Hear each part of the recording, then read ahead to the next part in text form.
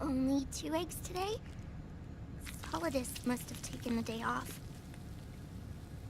7, 8, 9, 2, 5, 9, 0, 3, 6, 0, 3, 3, 0, 5, 3, 0, 5, 4, 8, 8, 2, 4, 4, 6, 6, 5, 2, 1,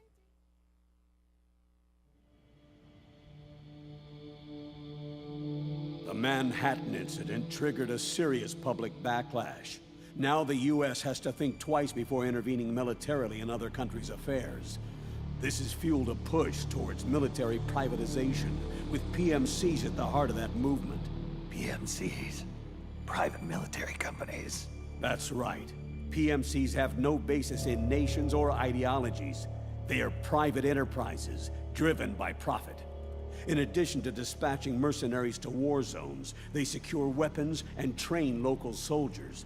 They're contractors for war itself, and business is good. Their clientele includes developed nations like the U.S., rebel factions looking to seize power by force, smaller countries lacking armies of their own, even terrorist groups. They're in the Americas, Asia, the South Pacific, Europe, Africa, the Middle East. The rise of the PMC has spawned a war by proxy, and it's spreading across the globe. They're... Sonny, we'll eat them later, okay?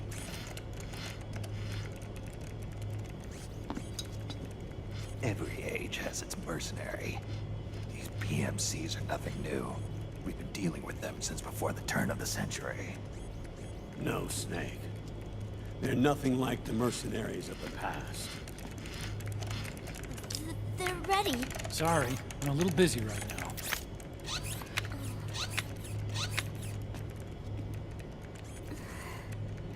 The Pentagon's new battlefield control system has produced a decisive difference between hired guns and the PMCs of today. The system was developed by Arms Tech Security. Arms Tech? You mean AT Corp? Yeah. In recent years, AT Corp has shifted focus from weapons development to security tools. And since the establishment of AT Security, business has been booming. The system makes it possible to integrate not only micro-level information on individual soldiers and units, but also macro-level information about field conditions and order of battle. So they've finally achieved total real-time battlefield control. That's right. And as a result, the global presence of PMCs has grown explosively. Truth is, the rise of system-controlled PMCs has led to a dramatic decline in civilian casualties and human rights violations on the battlefield. A cleaner, safer battlefield. Makes for nice propaganda.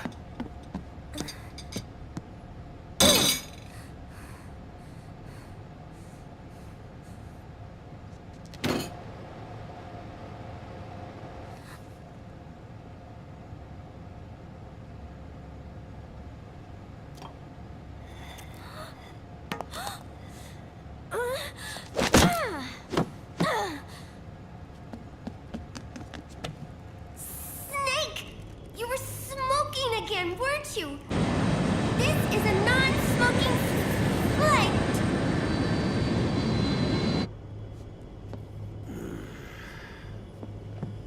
There's more. State governments and rebel groups can't match the maintenance price of standing forces. PMCs, by comparison, are reliable, easy to use. It wasn't long before everybody had them on the payroll.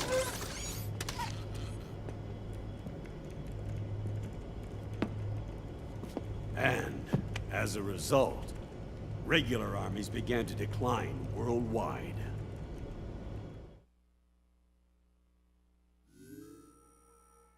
It's hard to believe, I know, but PMCs are beginning to overtake conventional armies in terms of scale.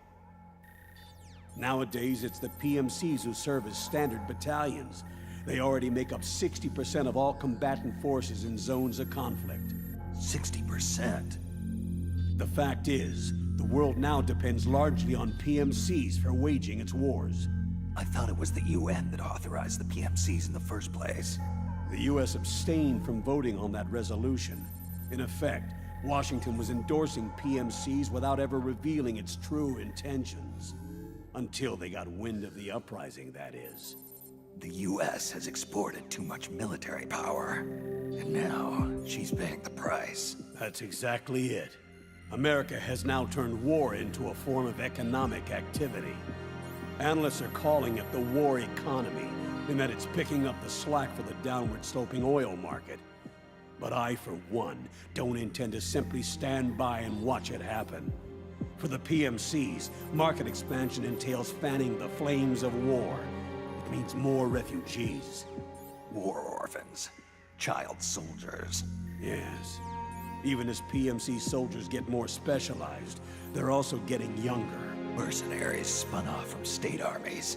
Unmanned weapons. Child soldiers. Proxy battles in a new Cold War. There are hundreds of PMCs in business worldwide, and their numbers are growing. Currently, 5 of them are big enough to be labeled global powers. 2 in the US, and 1 each in the UK, France, and Russia.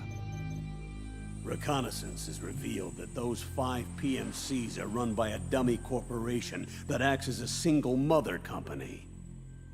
This mother company embodies the 5 largest PMCs. Her name is Outer Heaven. Outer Heaven? You mean? That's right. It's Liquid. Liquid? He's taken command of this immense army and is now preparing to unleash an insurrection. I watched him die. His will lives on, in the body of the man once known as Ocelot. He aims to fan the flames of war even higher, to create the perfect world once envisioned by Big Boss. The one world in which soldiers will always have a place. He must be stopped, before it's too late. Do you understand, Snake? Any means necessary. Just stop Liquid's insurrection. Even if it means killing him. You want Liquid dead. Isn't that right, Colonel?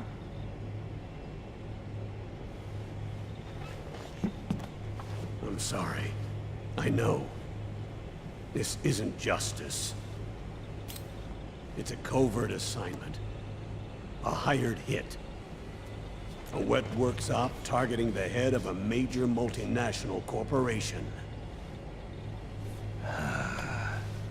Why me? Because of the military might of the PMCs, and the effect they have on the economy. War is to the 21st century what oil was to the 20th, the pillar that supports the global economy. You'll recall a rather alarming report issued by that American think tank during the Cold War. One that described a new model for perpetual war. What we're facing now is a whole new ballgame. Iron Mountain's Delphi technique. That was fiction. It existed only on paper. The reality is far more serious.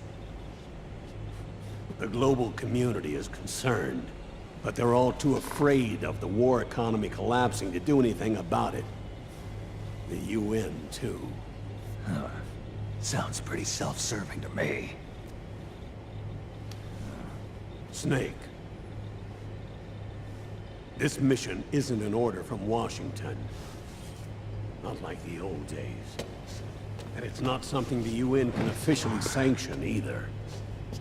But we can't just look the other way, while Liquid plots this insurrection. If we fail to act, he'll become the greatest threat the world has ever faced. Snake.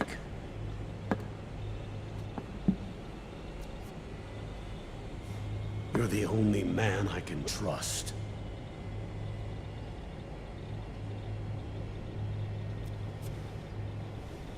Fine. Let's hear it.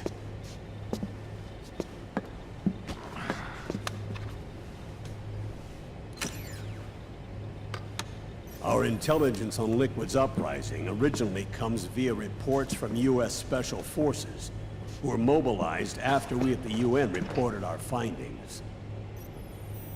They're tracking Liquid's movements. About 18 hours ago, he was spotted in the Middle East.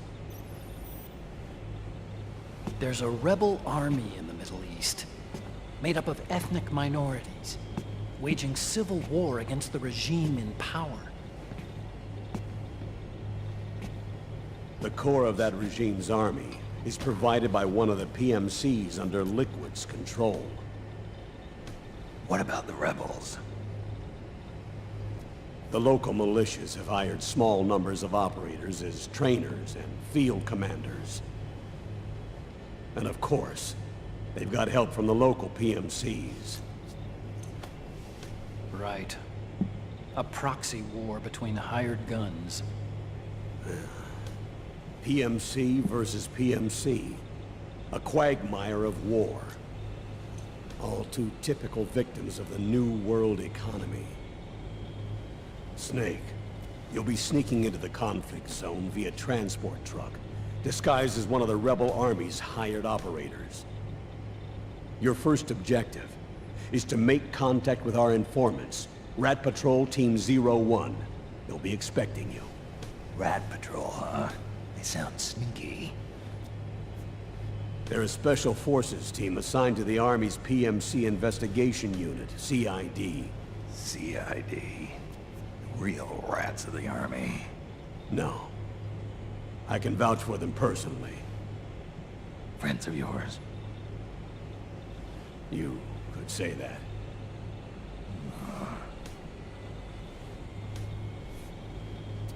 Transportation to the area will be provided under cover of a UN humanitarian aid mission, with support from the US military. From there on, though, you'll get no protection, and no guarantees from anyone. And you must not leave behind any evidence of your involvement in the area, let alone that of the UN. If word of this ever leaked out, it would spark a global firestorm.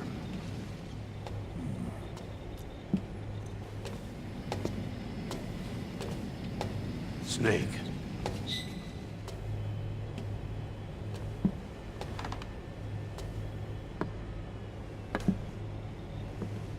Will you do this for me?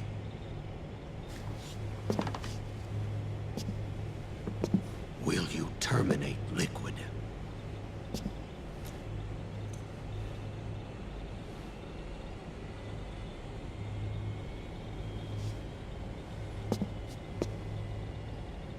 I'm not like the PMCs. I don't need your money. Thank you. But if you're going to spark something, spark this.